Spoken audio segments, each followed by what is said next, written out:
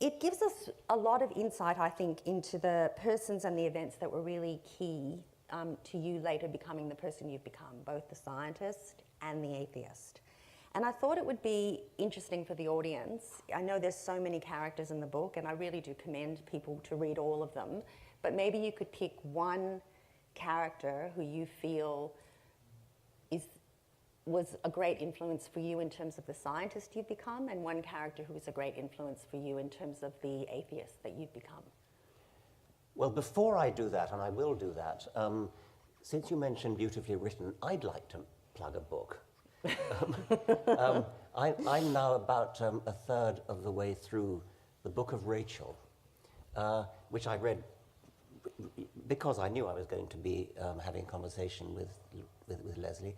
It is a beautifully written novel, which I strongly recommend, from the point of view of Jesus's little sister.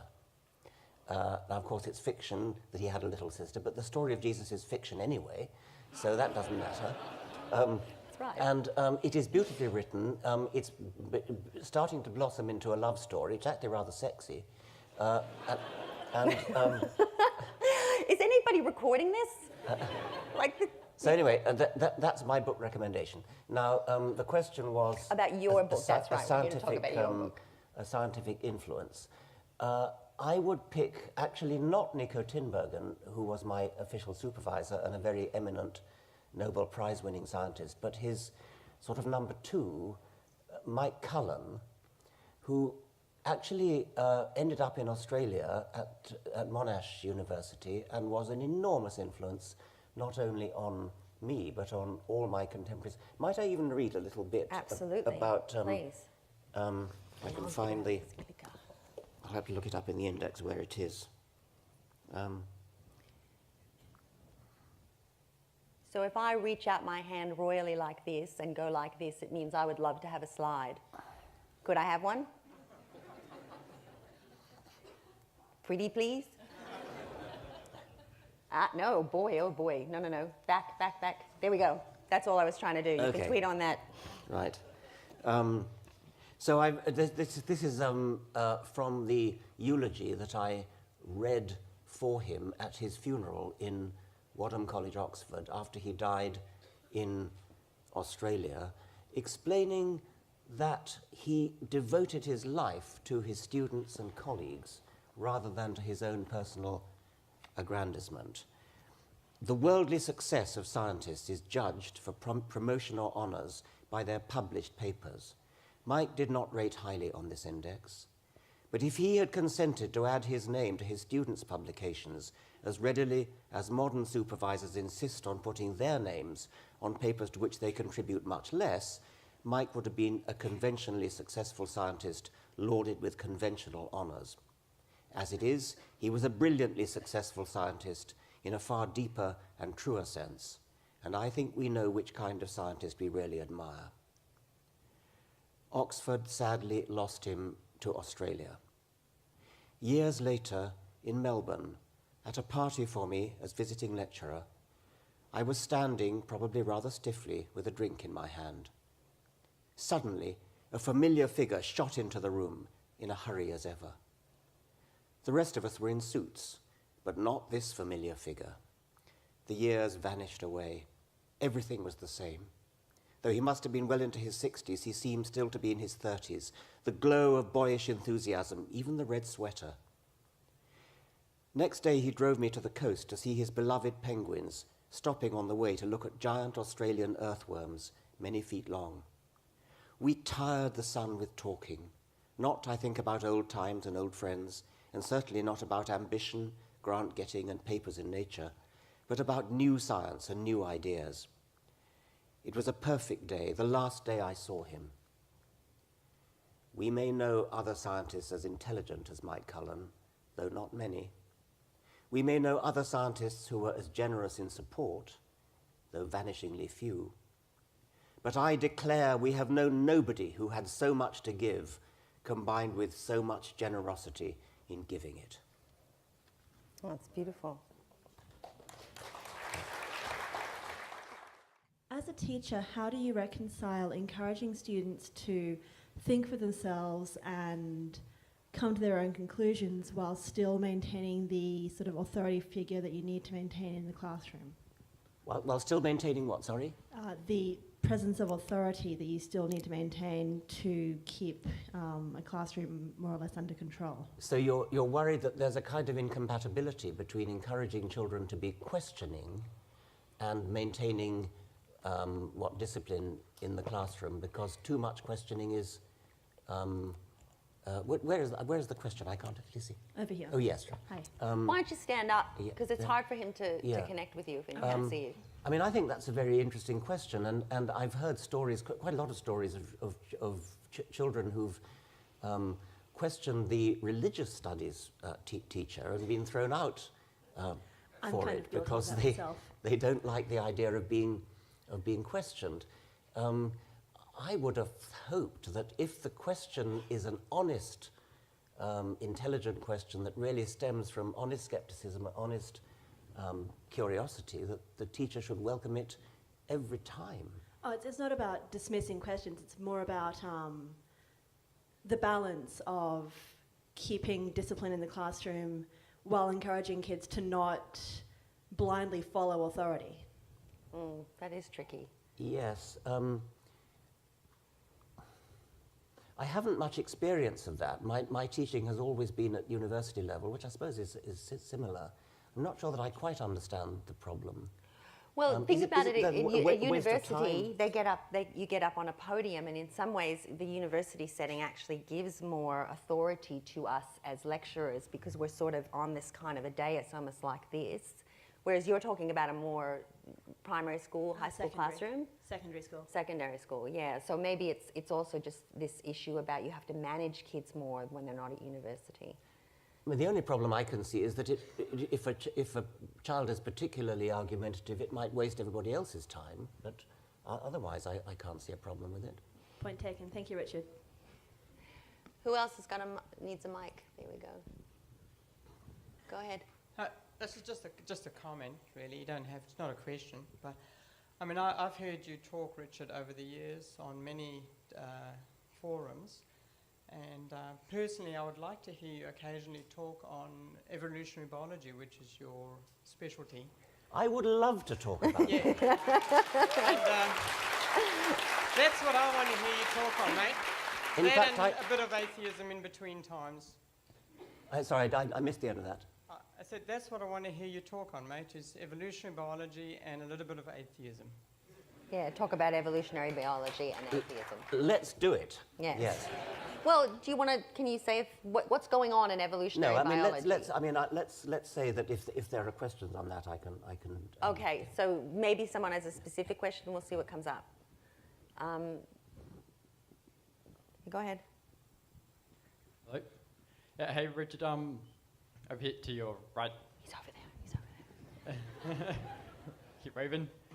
Can you turn the lights down a little so we can see a bit better? Great, thank you. Hey, I'm a video game designer. I'm a firm believer that video games are a great way to teach children as they make concepts fun and they can learn deeply complex things while still enjoying it. But I've come across this problem where, so like physics is a quite easy thing to convey in a video game.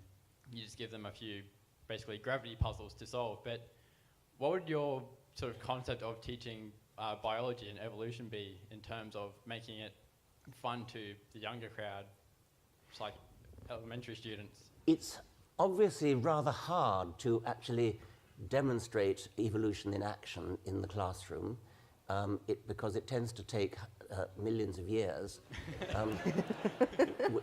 which we don't have.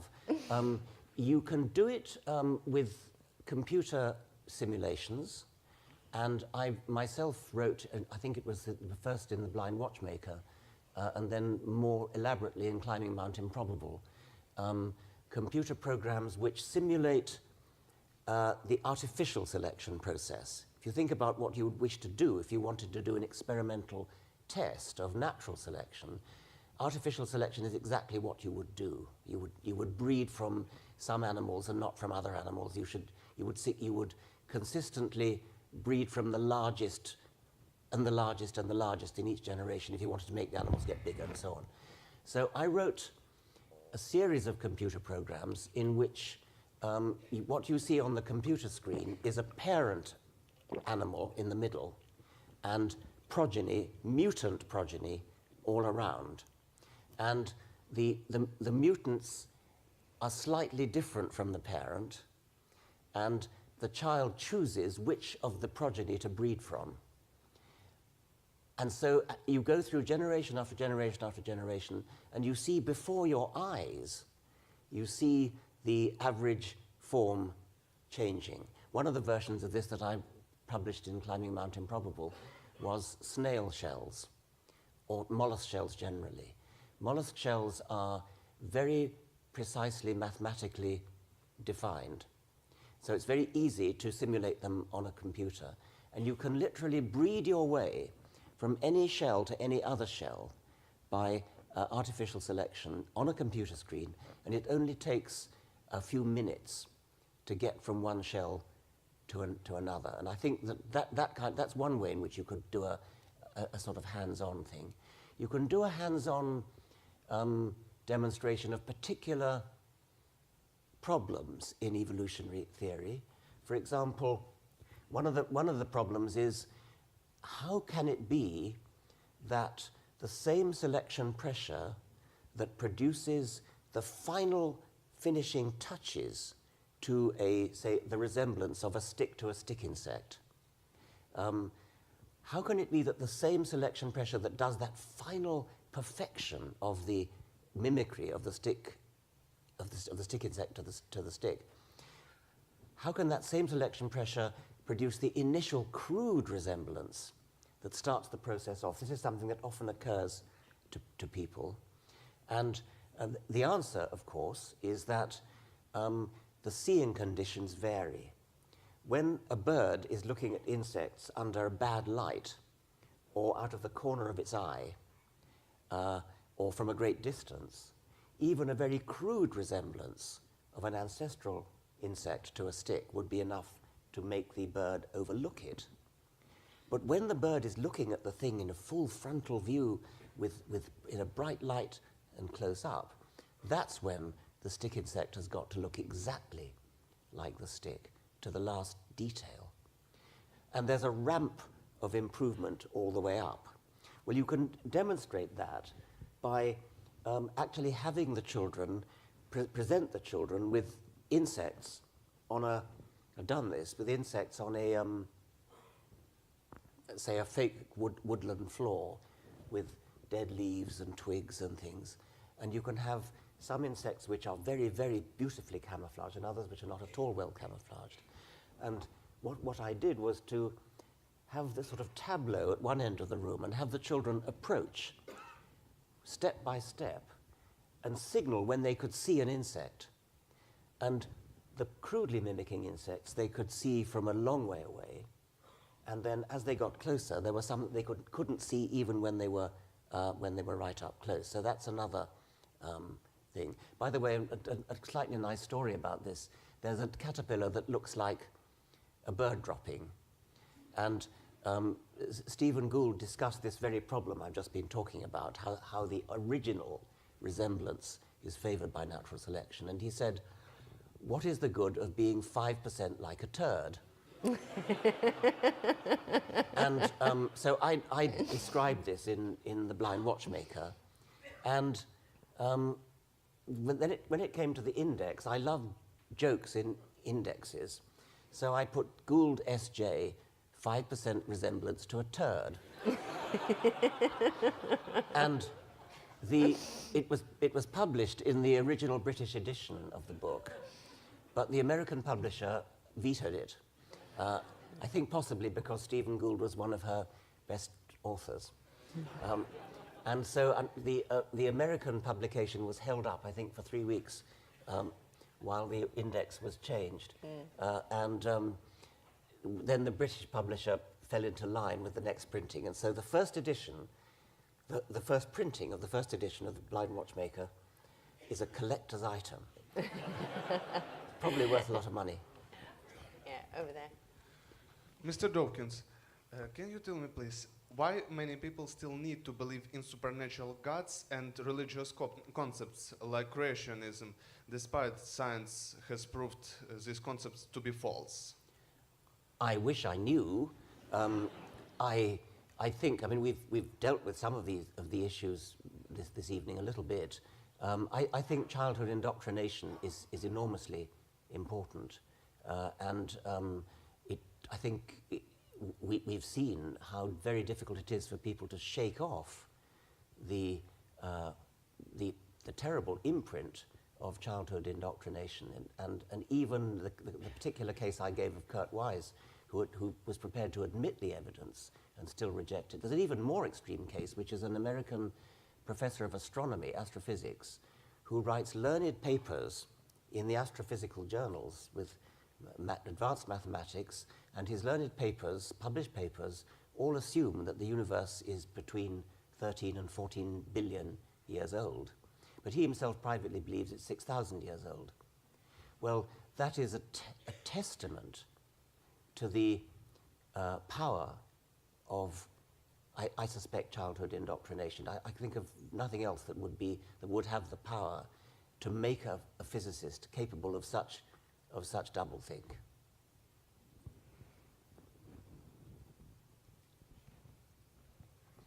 Is this working? Hi, Richard. I'm a primary school teacher, and I work in a public school. And at our school, we have religious studies for half an hour a week. Some of these kids go to Christian classes, others to Hindu classes, others to Islamic classes. But there's a lot of parents that are opting their kids out at the moment to non-religion for half an hour a week, while the other kids go to their religious studies. And during this time, they just sit and read a book, and they don't actually participate in any kind of educational activity. And I'm wondering what you think would be a good idea for us to teach them in this gap. And if we could start creating like a network where we could have things that are as powerful as what they teach kid at Sunday school or something like that. Well, you certainly could teach moral philosophy and that kind of thing, but I'm going to suggest something else actually, which is that you shouldn't have these separate classes, Hindu classes, Muslim classes, Christian classes, and so on. What you should be doing, what you should be doing is teaching about religion, teaching children that religion exists, teaching children what the different religions believe, teaching them how this has made an impact on history, which it has enormously and still does, but not segregating the children off and saying, you're Hindu, you go there, you're Muslim, you go there, you're Christian, you go there. That's wicked, that's evil. That is a form of child abuse, to label children with the religion of their parents when they're too young to have made up their own minds. So teach them about religion, because it's important that they should know about religion. Teach them about all the major religions so that they can make up their own mind when they're old enough, what, if anything, and of course teach them about atheism too. And can I just add, just so that you know, in New South Wales, they're teaching an ethics curriculum in that space. That's all being run by volunteers in a similar way to the people who are coming into the schools to teach scripture. In Victoria, they've taken Richard's position, which is that they just don't belong in school, full stop. So instead of trying to add into that space and then compete, the view is they should be out of the schools, and about 50% of the schools have now disengaged from special religious instruction. So it's working. I do think it's important to teach the Bible as literature, because it has played such an enormously important role in our English literature. So we'll have this question, then we'll have one more, and that's going to have to be it. Okay, folks?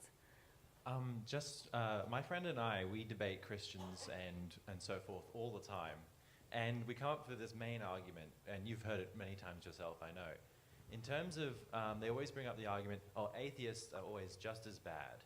They're just as bad. The Soviet Union, Nazi Germany, they always bring up these same examples. Do you think we should just concede the point and be like, okay, that's it, we're just as bad guys, we did all the same things, or should we be, no, that's not correct.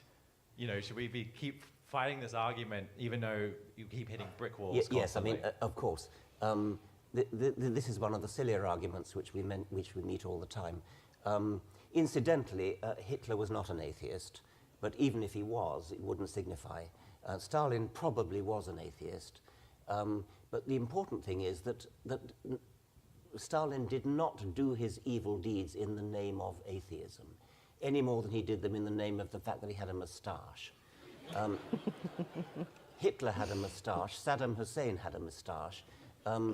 These are incidental facts about them, which have nothing to do with the fact that they were evil, tyrannical dictators.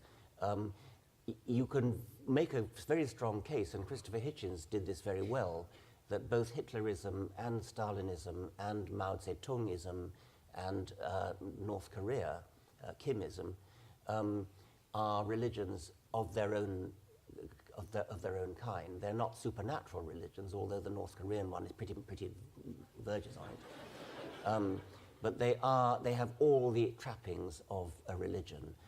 The Nazis actually had a prayer. Well, it was a sort of grace that you said before meals, which was pretty much thanking Adolf Hitler in exactly the same language as people thank God for the food. There's a version of Our Father, which in Nazi Germany, which had exactly the cadences of Our Father which art in heaven, hallowed be thy name, etc. It was sort of Adolf Hitler, da da da da da da da da da da da da da da da. It's got the same kind of rhythm of the Our Father prayer. Hitler and Stalin and Mao Zedong and Pol Pot and Kim Il-sung and so on did not do their evil deeds in the name of religion. That really is all that should be needing to be said. But you can add that in most of those cases, they actually invented their own quasi-religions. Okay, so this will be the last one. Yeah, I've got a question in evolutionary biology. What I'm interested in is, what are your thoughts in our globalized world where we are so interconnected? Where will evolution go with the human species? How will it look like where there are no subpopulations anymore, for example? The reason you stress the interconnectedness, I presume, is that there is no possibility now for the human species to split into two species. The normal thing that happens when a species gives rise to two daughter species is that a geographical accident separates two populations so that they no longer have gene flow between them. There's no longer any genetic contact between them, and so they're free to evolve in different directions. That would only happen if we perhaps set up colonies on Mars and there were no further intercourse between Earth and Mars. So I presume that's why you mentioned interconnectedness. The general question of the future of human evolution, I suspect that biological evolution is completely overshadowed now by the breakneck pace of cultural evolution in humans. The evolution of technology, the evolution of social customs is so rapid that any incipient biological evolution that might get going would be swamped by it. It's also the case that, at least in the first world, it's quite difficult to die young. So the cutting edge of natural selection is blunted, to say the least. And we're now left with a natural selection of who reproduces more than whom, rather than who survives more than whom. And who reproduces more is, of course, non-random. I mean, there are some people who do reproduce a lot more than others. If there were a genetic component to those differences, then we would have, by definition, natural selection. But that would only be translated into evolution if the selection persisted over a large number of generations. And that seems unlikely because a large number of generations would span a huge amount of cultural change, technological change. So, for example, if it were the case that a lot of people are born because their parents are incompetent at the use of contraception. If there were a genetic tendency to be incompetent, then we have natural selection. By definition, we have natural selection in favor of incompetence. That's the way natural selection works. But whatever it takes to be incompetent today in 2014 is unlikely to be the same as what it would take to be incompetent at the use of contraception in, say, 2114, let alone on a time scale where we'd expect evolution to occur. So I think it's very, very difficult to make any forecast about the future of human evolution, except to say that the vast majority of species